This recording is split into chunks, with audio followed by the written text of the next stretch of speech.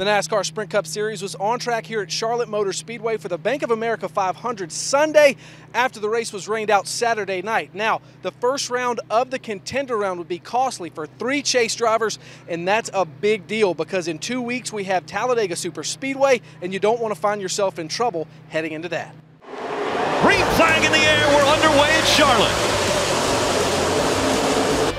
Matt Kenseth was your Coors Light pole sitter and led the field to green, but just after the start, Jeb Burton hit Cole Witt, and just like that, the yellow flew.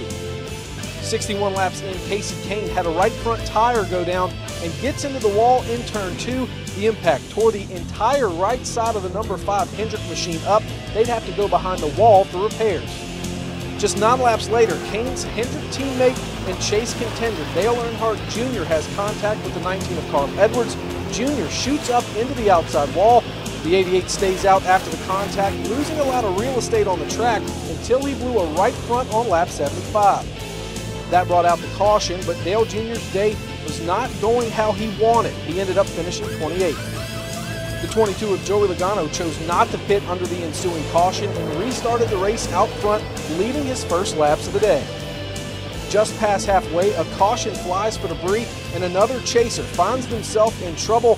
Matt Kenseth gets to his pit box a little hot. He goes over the line in the box. Kenseth restarts the race in 20th position.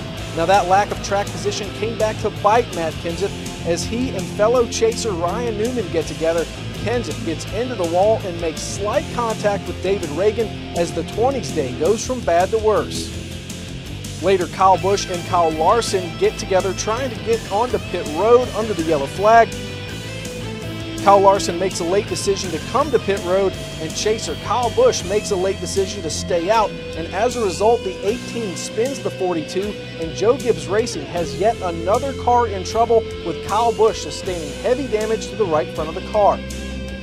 Busch ended up finishing 20th. With just under 100 laps to go, Matt Kenseth's day took yet another wrong turn. He got into the outside wall in turn 4 and had to take it behind the wall, burying himself deep in the points early in the Contender Round. I'm going to scratch here, guys. Broke whatever it broke there. After Charlotte, Kenseth was 12th in points, 32 points back of the cutoff. But in the end, Joey Logano holds off the defending Sprint Cup Series champion Kevin Harvick.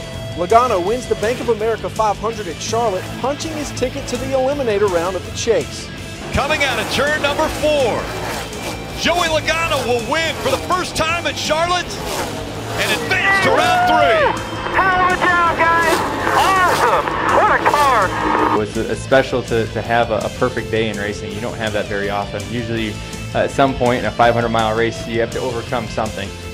But today everything went as planned, and obviously getting this win at Charlotte means a lot. I think it's on everyone's bucket list to win here. The remaining 11 chase drivers are now going to be laser focused on Kansas Speedway. They're going to need a win there if they want to join Joey Logano in the Eliminator Round, because as we've seen before, Talladega is a wild card. Anything can happen. For NASCAR.com, I'm Jonathan Merryman.